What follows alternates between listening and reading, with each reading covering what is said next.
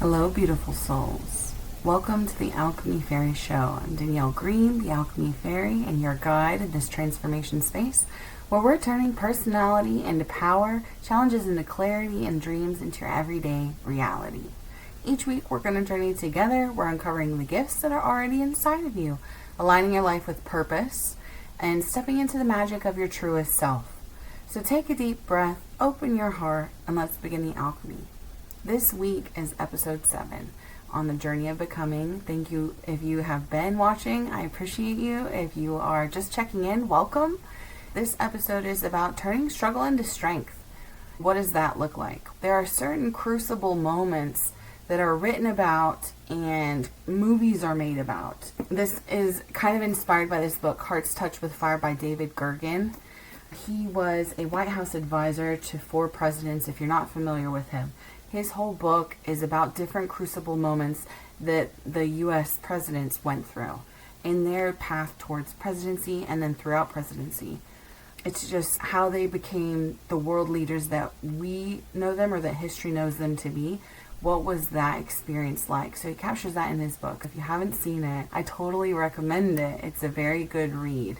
It puts the humanity back into what I would perceive as a world leader. Lots of really good stories and accounts of those journey and becoming moments for them.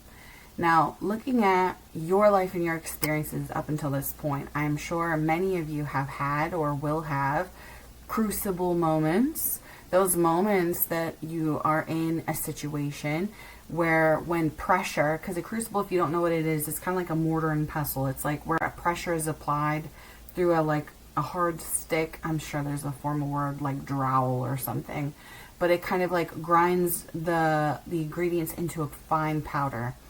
So that is the alchemy experience of you started off as one thing, you're put into pressure in an isolated incident, and the grinding motion of trials and tribulations from that circumstance transform you into a powder to use for new things, to transmute that energy into something brand new. So our time together is going to be talking about that today. There's more about different crucible moments that I've experienced in my book that's going to be coming out soon, The Gospel of Danielle, How I Got My Shit Together. Stay tuned for more, talking about different moments of becoming. And so one of them I would like to share with you guys today is a story during the COVID times when I was laid off. So I had chosen this job because they were the only ones in history that had not, like in my local area, that had never had a layoff. And I thought, oh, what a safe company to work for. They have survived so many things, the 2008 crisis, all these different things. They handled it so well. Never had a layoff. So I got to make history with them during COVID times and was a part of their first ever layoff in the 100 years or so of that firm. It's been a very long time. That was a surprise. And what about that moment for me was a true trial. Wasn't just the loss of income.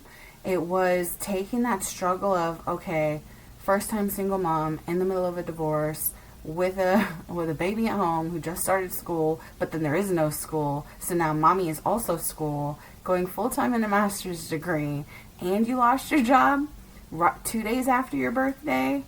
That was a tough moment. I would say for those of you in tough moments, because I know that's not an isolated experience. I know many of us have been in tough circumstances that were not of our choosing. Nobody signs up to get laid off. I'm like, oh, pick me. Nobody chooses those. The choice waking up every day to say, okay, I may not have chosen this circumstance, but I will choose to make forward momentum towards my family's renewed abundance. We're going to choose better. So that looks like not giving in to like the pull and the weight of it, and not saying ignore it either. I had to budget myself time so that I wouldn't get a fixation on like the sadness of the events thrust upon me by that situation and by the pandemic. There was a lot going on then. So choosing dedicated space. If you're in a tough space or you have been, maybe you had to take this approach as well, where you're like, you know what, we're going to have a pity party, we're going to have a sad party for maybe a couple hours or a day or whatever that was for you. And because it's got to be different for everyone, and that's all right.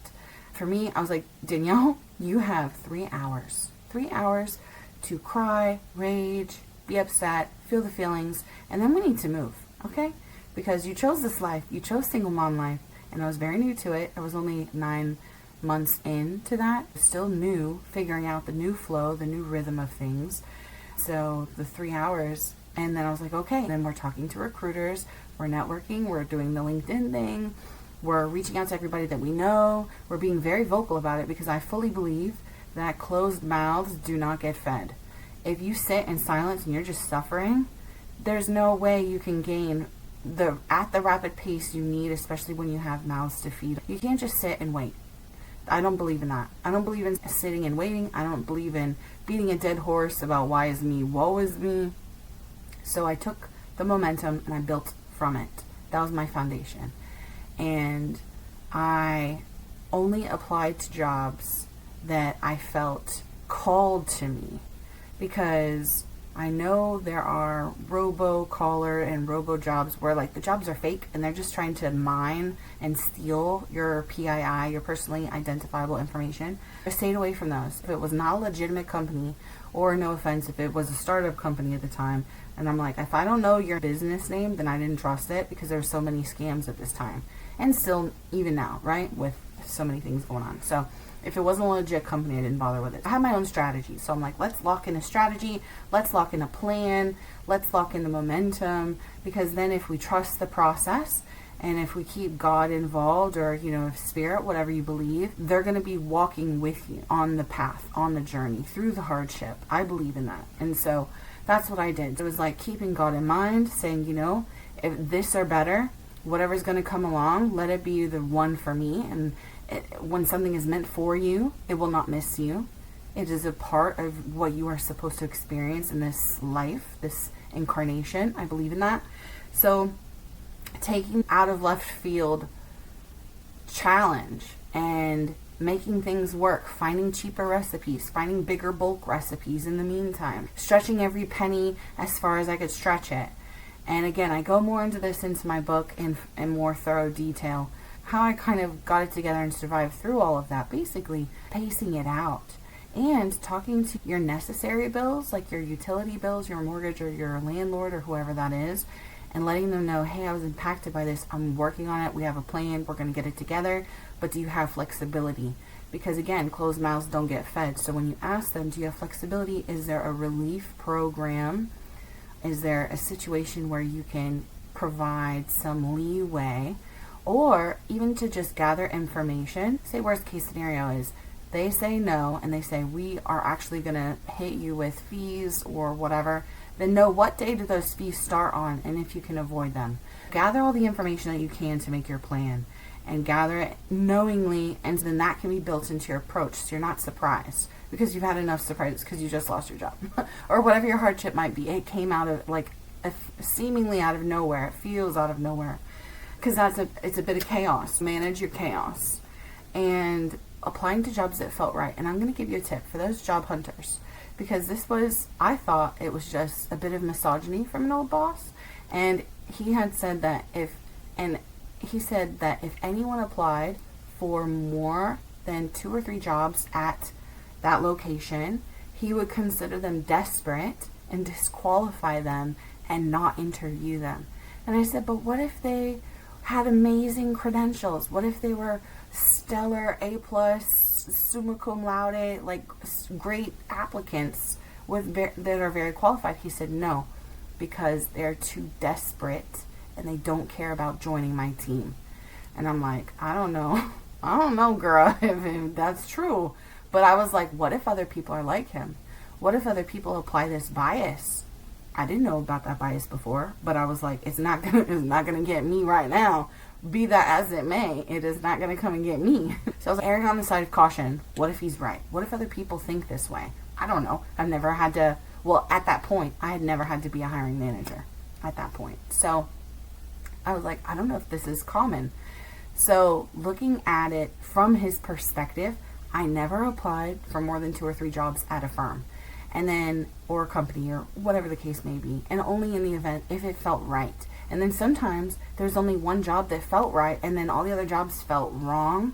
And then Another manager validated the approach that this firm had said to me. And so this other hiring manager, a completely separate company, he said, why did you only apply for one job? So who's checking up on who? Why did you only apply for one job? And I told him the truth, and I said, because it's the only job I want that you have. Is the only job I want. I don't want any other job that you have. They all sound terrible. I don't want those. But it told me that he looked. It told me that that's the game on it, right? You got to peep game when you see game sometimes on things. And when he said that, I was like, oh no, sir. Oh no, sir. We're not.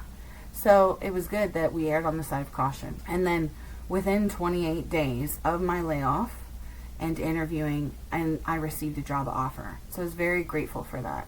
I shared not from a perspective of bragging, but from a perspective of strategy, from a perspective of resources, and to try and help uplift anybody else who might be, or in future or present, in a circumstance that's very challenging. And I had never been in that circumstance before. And it was during a very unprecedented time when there was hundreds of thousands of people saturating the job market. So I just wanted to share that crucible moment I was in. And I applied for a job, and it was a job that I was like, well, I know most of it, But the recruiters I had talked to were very disempowering. They were very, and I mean, one might say realistic, I guess. But they had let me know that their people employing them to seek vacancy fillers, applicants, they said that their employers only wanted people who were perfect to a T on all the resumes, and that they weren't talking to anyone else. But I didn't let their locked in closed mentality prevent me from applying for things that I was 80 to 95% applicable for. So don't let other people weigh you down. Don't tell yourself no. This was great advice I got from a friend of mine. He said, Danielle, don't tell yourself no before they can tell you no. Go talk to them. Go have the conversation. Get the interview first. And then if they tell you no, then let them tell you no. If they say, hey, not a good fit, and then cool, now you know, not a good fit. He said, don't disqualify yourself before you even step through the door. And that helped encourage me. And that was at a different time other than the layoffs. It was great advice that I wanted to share. So, I mean, I know there can be doubts, that it can be overwhelming, and it does feel like a bit of a marathon instead of a sprint sometimes. But I just want to encourage you to not lose hope, to keep the faith, to keep the momentum when you can, and rest when you need to, because applying for jobs is its own job. It's a separate entity that is so overwhelming and exhausting for anyone, I feel like, and I know there can be other crucible moments where you feel like, what am I doing? What is this period of something that used to happen, but maybe you don't want it to happen anymore? Like maybe your moment is a time when you're learning how to choose your health, your sanity, your well-being. Maybe it's a time for you to choose your partnership or your life and your experience instead of putting someone else or others above you. Sometimes that's a crucible moment when we have people-pleaser tendencies built into us, where it feels like an act of rebellion to say, you know what, I just really need this, and going and doing it. If it's a hot meal or a warm shower or a bath, it can seem so small.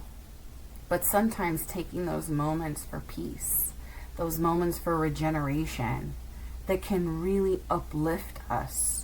And we don't always know it until we do it. It's hard to remember. There's so much other noise that pushes in that can kind of make us forget and dull that inner wisdom, where we're thinking, oh, I don't need to do that, or oh, I can do that tomorrow, when really that would make your day better. So I want to encourage you guys to check in with your heart, put your hand over your heart, and just say, what do I need today? What would, if I did it today, it would make my day the best day, or at least a better day than it is right now. What would that look like? What does that mean? And it doesn't have to be something complicated. It doesn't have to be complex or tricky or expensive. It could be maybe having a piece of chocolate. I have survival chocolate that I keep literally at my desk. Survival chocolate. It's running low. But whatever that is for you, keep it around you. Keep it near you. Keep awareness of it. And if you don't know, then just check in with yourself. because sometimes that noise can get so loud we forget, especially in crucible moments, because it's like your nervous system gets hijacked. Like if you've seen the movie Hunger Games and they have the tracker jackers and they hijack your whole immune system, that's kind of what the crucible moments can feel like. You feel completely like something else, like all of your instincts are behind the driver's wheel. And I know I used that analogy last week, but I just feel like it fits. Sometimes when we feel like we're not in control because something else is taking over, our brain, our nervous system, our thoughts, maybe you get fixated on things, which is something that I struggle with. Maybe you struggle with that too. It can be different for all of us, but I just want to say that those check-in moments and using grounding skills like counting the things around you, counting how many things are touching your body, just creating awareness of your physical space. Even if it's something like name all the fruits or vegetables you can think of. Those are grounding techniques, because then you're pausing that overwhelm and you're checking back in, like your brain is connecting to your body because you say them out loud. Or maybe you count them in your head because you can't say them out loud. Say you're on a subway. But whatever approach works for you, whatever technique works for you, using those to check in and not let your head be a million miles away, or maybe light years away if you're very disconnected and your thoughts are always about future, where they don't pause very much to stay in the present, in the now. It's just a general reminder. And that sometimes it's worth it though, choosing you. Those crucible moments, when you can come through them, sometimes they feel like you're being destroyed, to put it not so gently, right? But I feel like sometimes my crucible moments can feel like a hammer is being used to kind of like crack me open. But then I have to remind myself the purpose behind it. That the purpose is growth. The purpose is learning. The purpose is increased awareness. So sometimes if something doesn't feel right in my chest, I'm like, what is happening here? I have to check in and see, because I'm a Virgo and we bury our emotions. Earth signs struggle with this. There are other people like water signs, air signs. If you're into the astrology stuff, I feel like you guys are at an advantage where your emotions stay around you and you feel them. For us, for earth signs, I would say that we have like an emotional graveyard, and that's where we bury them. And I don't even think it's that we take out the shovel and dig. I think they're pre-dug graves that we just dump them in and we just keep leaving them alone. And then like when we want to check in with how it feels, it can feel like, okay, let me go check the gravesite and let me just exhume some of the emotional corpses of yesteryear and see what happened. I don't know. That's a little bit mix of like survival and earth energy, I guess. But I admire those who have their emotions around them. And I learn so much from them when I can ask them about, how do you know what you feel? And they might look at me like I have three heads. What do you mean? Why don't you just feel it? And I'm like, because my emotions are across 3 oceans right now.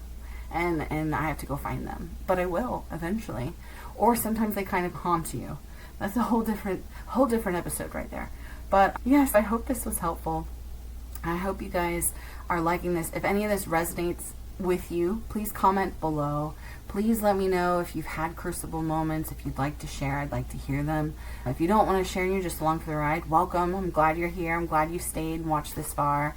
We're going to have a few more episodes left. And to be honest, I guess I should have started with this, but I was going to do 9 weeks on the journey of becoming, and then I'm considering topics for the next playlist, the next content review. So if you guys have ideas, or if you like these, if you'd like to hear more about a certain topic, can you comment below and let me know which topic or which episode, if you want to comment on the episode you like the most. Maybe we'll talk a little bit more about that, or we could dive deeper in if that would be beneficial. So please let me know. I'd love to hear from you guys. And thank you for wandering through the magic with me today. The journey of becoming can be such a challenge, but it's so rewarding. We appreciate you guys joining the Alchemy Fairy Show. And if something stirred in your soul or sparked a new thought, please share it with someone who needs a little bit of light, a little bit of encouragement right now. You are more powerful than you know, and your magic is real. Never forget that. So until next time, stay aligned, stay enchanted, and keep living your alchemy.